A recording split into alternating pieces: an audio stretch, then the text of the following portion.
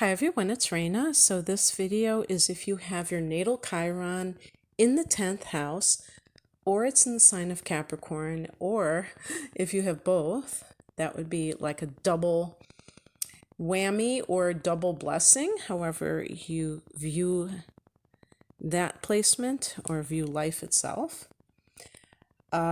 So Chiron is your unhealed wound. And if you really want to get a good handle on what Chiron means to you in your life, look at what sign it's in, but also look at what house it's in. That's why, we have both of these for these types of readings because they're both valid and important to note. So, the 10th house is the house that is ruled by Capricorn and its ruler Saturn, and it is your place in society, so it's your status. And for some people, this is really no biggie. They don't care about being, upper crust or whatever you want to call it. They're happy wherever they are. They may be like not pretentious, they may be humble types of people, even if they come from, an upper class environment, they still are very humble. So you probably have met people that have a lot of money, or they just come from a background that is prominent, and they still maintain a very down-to-earth demeanor. And there are people who may come from a lower socioeconomic level, and they can be very arrogant. They're striving to get to that, the top of that mountain of status, where they feel that they will be validated. So this world is made up of all kinds of people with all kinds of desires and different demeanors as well.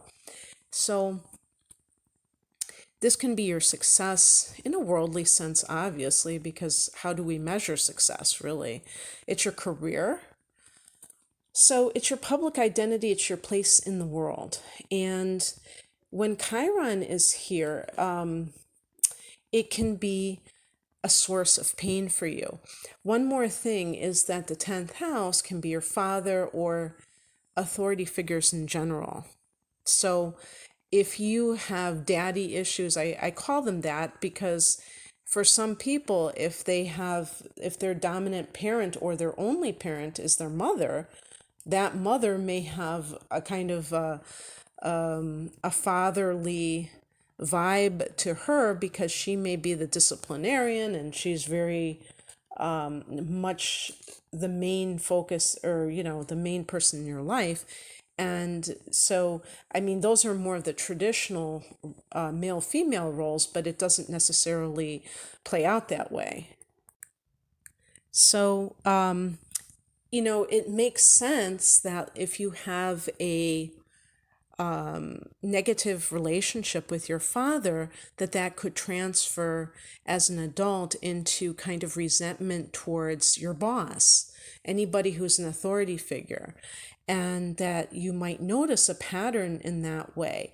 And it doesn't even have to be that overt where you are like just completely rebelling in a very open way. You just may be seething as you're taking orders from that person, but the vibe is still there and it can still affect you adversely. As always, I want to give a shout out to where I get my information from. In this case, for the Chiron series, it has mainly been jessicadavidson.co.uk. Her information really resonates with me. It's just very straightforward, which is how I like it. But as always, I do paraphrase. And so to get it from the horse's mouth, go to her site. And the reason I paraphrase is because first of all, I'm not going to just completely copy what she's saying, but I do also sometimes see it in a slightly different way. So I'm not trying to say that what I'm saying is exactly what she meant. Okay, So basically, this position of Chiron can indicate that you have trouble finding where you belong in society. And it's kind of like when somebody says, I want to find my place, and they don't know where it is. Now, I want to make it clear that you don't have to have this Chiron in Capricorn or Chiron in the 10th in order to feel this. I am going to specify where she had additional information for Capricorn for Chiron and Capricorn. It's pretty much, it's pretty similar, but there are some, slight differences that she mentioned. So this is what I'm saying right now was specifically what she had for Chiron in the 10th. And, again, if your sun is in Capricorn, this is going to be very painful, or even your moon in Capricorn. It's going to be very painful because you believe in this. You buy into it, in other words. Another sign like an Aquarian might be more of the rebel, like, screw having to fit in. Like, I'm going to totally drop out of society. And I was going to say too, if your rising sign is Capricorn, it might be instilled in you to think this way, but as you get older, you may grow into whatever your sun sign is and become less influenced by that conditioning. But it could be the sign of Leo. Sun, moon, and rising could be particularly vulnerable to needing to keep up appearances of being a success, of being, on the A list and things like that. And that can be very painful to have this Chiron in a place that kind of feels like it's blocking them, or I should say blocking you or thwarting you from the success that you desperately want. This can lead you to put too much importance on your status and maybe other people's status in society, or what has been successful. Now, she didn't go into this, but it's very important to note that if somebody has this placement, they may judge other people that way too, and that can be problematic because there is just this belief, and it obviously it centers around you because you're the one who has it, but I do feel that a person striving in this way can certainly look to the people that surround them and want them to live up to a certain reputation. And so if you have Venus in Capricorn, that is really one of the placements of all the Venus signs of being quite, scheming might seem a little bit of a strong term, but having that sense of like, yeah, somebody has to make you look good or to raise you in society with what they have accomplished. So these kinds of things tend to backfire all the way around. I'm talking about even if you just hold it for yourself, these views, because, just by basic law of attraction, if you're coming from a position that is a deficit, and if you feel that you're not good enough, then to me, you get more of the same a lot of times, and you get that reflection back to you. Oh yeah, you are not good enough. It's not necessarily what is true, but what you have created as your reality. And the opposite of this can also occur where you tend to just say, screw it all. I don't want any of it, like you just are repelled by anything that has to do with success and things like that. And that is because you might have felt like it was just drummed into you that you have to be this way.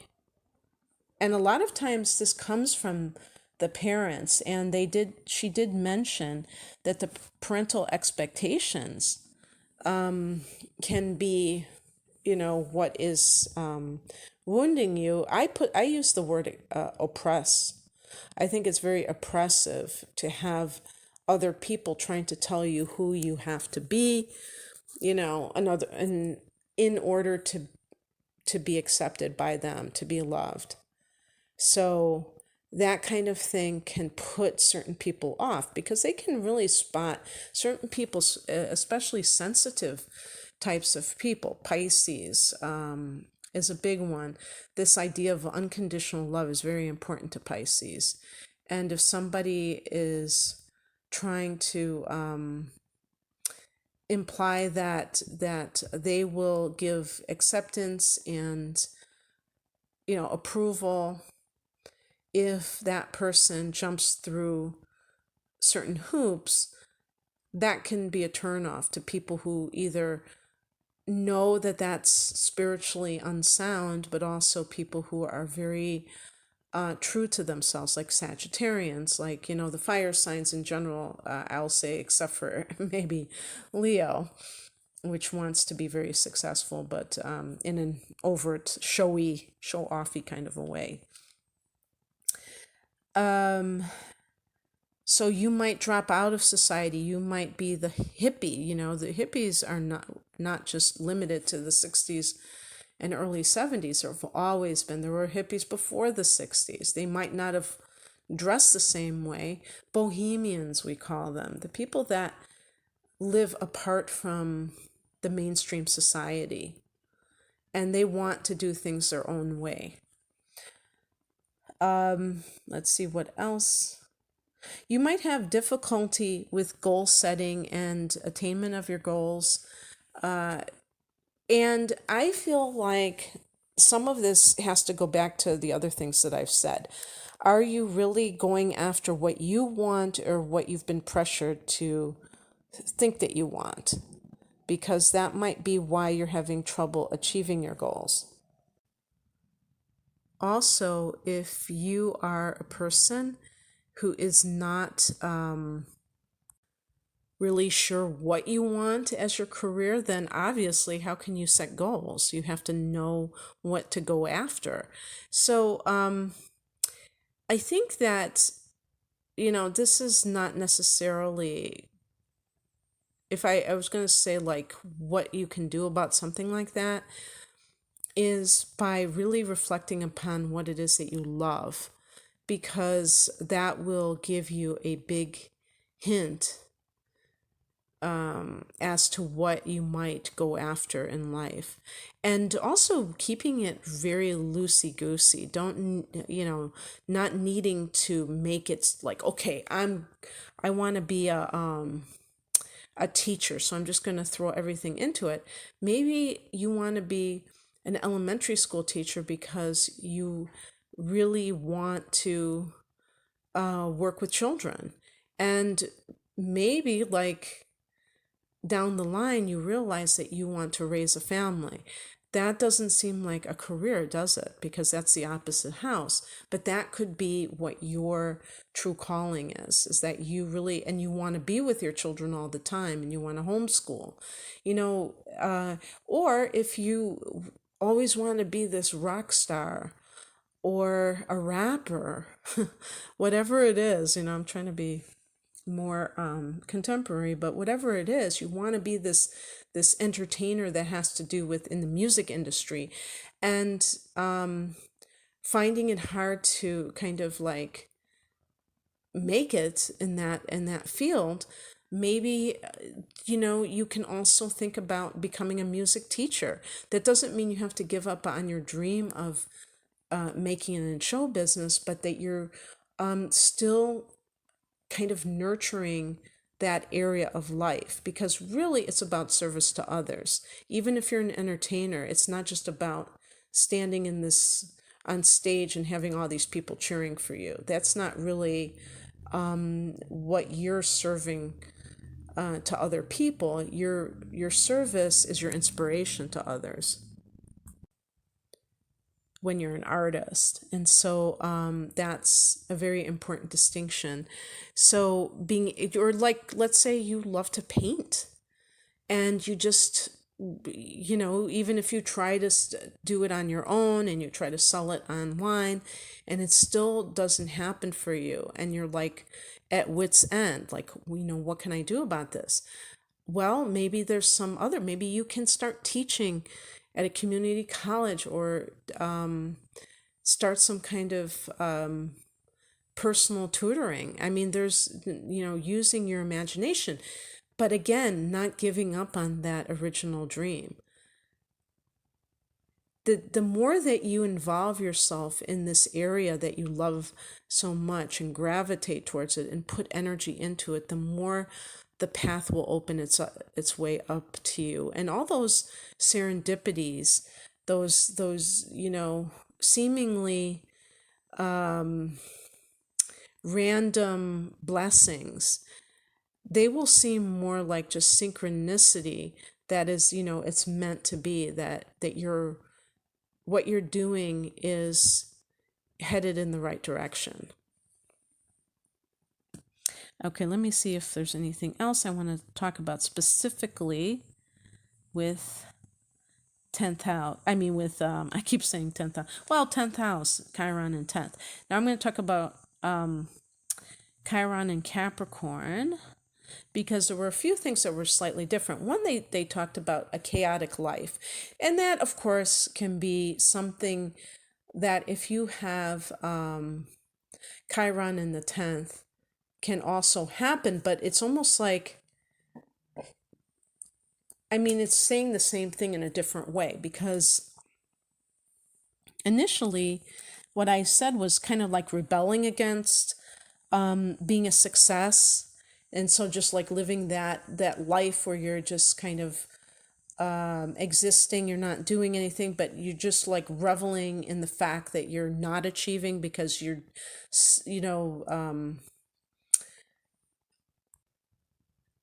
giving the finger to authority figures and anyone in society in general that is trying to judge people as to their status. This is kind of like just talking about a chaotic life. Saturn, the ruler of Capricorn, the ruler of this 10th house, is all about boundaries and structures. Okay, so that idea of being structureless is something that it could just be, maybe you have ADD. I think I have ADD, and it is very hard for people who have this to kind of like have good time management skills, to just be organized, to like remember, like when you I think about myself when I get inside the house, don't just throw your keys like anywhere. I just like it's like out of sight, out of mind. And some people are very mindful, and hey, meditation is supposed to make you more mindful so that you're in that present moment all the time, and that every time that you're doing something, you're bringing awareness to what you're doing. Your mind isn't just somewhere else. So all of these things can kind of conspire to create these situations as well. But that doesn't mean, like, even if you're a younger person, maybe your 30s or 20s or even teens, who have been diagnosed with ADD or ADHD, it doesn't mean that you have to be someone that is your main identity in life. And that is one of the things that I see nowadays that's very, to me, is kind of sinister, is like this idea of telling people, oh, you have this, you have autism, you have ADD, almost like, and people are like, oh, they're eager to glom onto that as their identity, and yet it's a disorder according to the world. So that's an important point to make about all of this, is that you don't want somebody else defining you and telling you who you are. Even if they're an authority figure, and they have these letters after their name that suggests that we are supposed to just, give them so much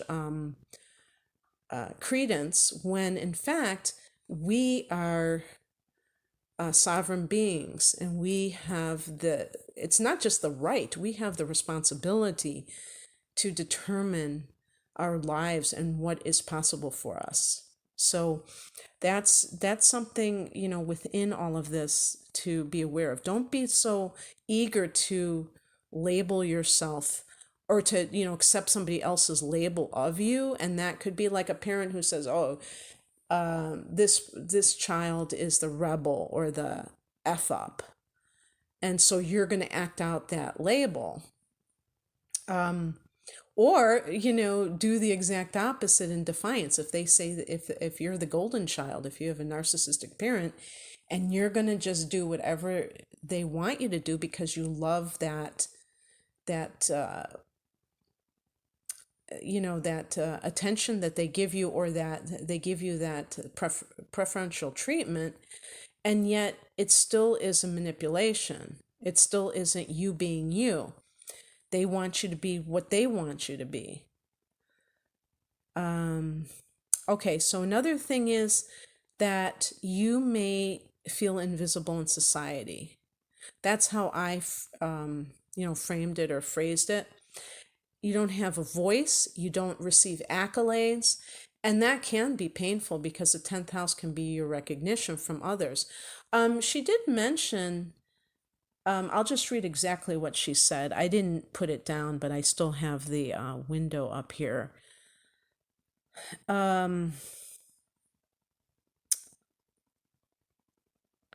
She said, a tendency to push yourself forward and make people notice you, or hide away and keep quiet. So that idea, and there you go with the Leo, trying to, be very aggressively promoting yourself, or just like hiding away. Pisces, I've been mentioning specific signs, and it seems like it's really, turning out that way. But the thing is, it's like sometimes even like on YouTube, I see people who they comment on other people's videos, and they say, oh, this is exactly what I was talking about on my channel. And they might give a link, or they might not give a link, but they're like trying to promote themselves, and it's very clear. And it's like, I always find that really like tacky and irritating. But on the other hand, I think to myself, well, maybe they're having a hard time publicizing themselves, or, but I really feel like, when you're trying to do something like that, the best thing you can do is just show what you have, not just trying to, spam others, on other people's channels and stuff like that, because I think it has like a negative vibe attached to it. It's kind of almost desperate. So that's when I'm saying this kind of a desperation to be successful, so that makes you pushy. And then again, law of attraction. It's like resistance to what is, and it creates more resistance. Now, maybe some people, they're so aggressive, they get what they want. So maybe that doesn't work 100% of the time, or it's not true 100% of the time. I'm just, saying that I feel like that can be problematic. On the flip side, being very kind of like, maybe you're so fearful, or too sensitive about what you perceive as your failures to succeed, that you kind of like hide away. So like, using the YouTube example, you don't get like all these subscribers right off the bat. So you just kind of like shut down. You just like quit. You throw in the towel way too soon. This can especially be true if you're, promoting something on your own, because it does make you a lot more sensitive. It's a lot different to just apply for a job, and then, oh, I didn't get the job, but that a lot of people applied for it. And so it's, you might not be as sensitive in perceiving it as failure. But when you're putting yourself out there, you're sticking your neck out, it opens up the floodgates for either getting that criticism from a troll, or even if it's a, legitimate criticism, or if you're just not getting the recognition, like you're just kind of not getting that many views and stuff like that. And it's it's a very good. I think I would recommend it to anyone to start a YouTube channel, because you will get both of those things come up for you. And when you do feel kind of successful, when you get some people that actually watch your videos, then you feel like you're really like, you have a voice, and that's nice. But you can't be dependent on it. That's the key, because that can be very dangerous, when people need that outer validation. And that's really what the 10th house can be, is that validation. But is it really truly what you need, or is it just what your ego needs? And that's the question. It can't be just about, feeling that sense of like, oh, I'm okay. But then when you don't get it, oh, I guess I'm not okay. It's like the roller coaster ride. And then only believing in the five senses. So that's going to be that earthbound. Saturn is the root chakra. It's connected to root chakra, and Capricorn is an earth sign. So there's a very kind of like the lower, but that's the lower expression of Saturn. I was just hearing something, I think it was on somebody's video, about the higher expression of Saturn, which is, I think, God, I wish I would have written it down, like the manifestation of something, or the achievement when you apply discipline. I can't remember what they said, but there's like, in every planet, every sign, there's going to be lower and higher manifestations. And so Saturn can be very restrictive. But one thing they said that was actually quite positive, gosh, let me see if I can even get back there. Oh, I just remember it, for Chiron in the 10th house, is that it can indicate that somebody can be like, they can give other people that structure. They just can't give it to themselves. So that is so true a lot of times. If you think about people who are great at, maybe they're like a great financial advisor, and their own personal finances are to hell in a handbasket. They're very disorganized. They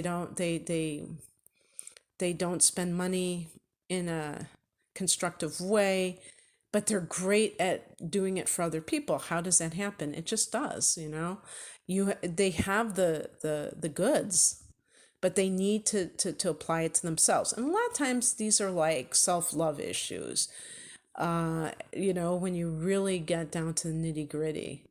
And we can always change these things. It just takes the awareness first and foremost, and then the effort. Okay, that's what I have for you. I hope that this resonated. If you would like a private reading, the link is below. Take care.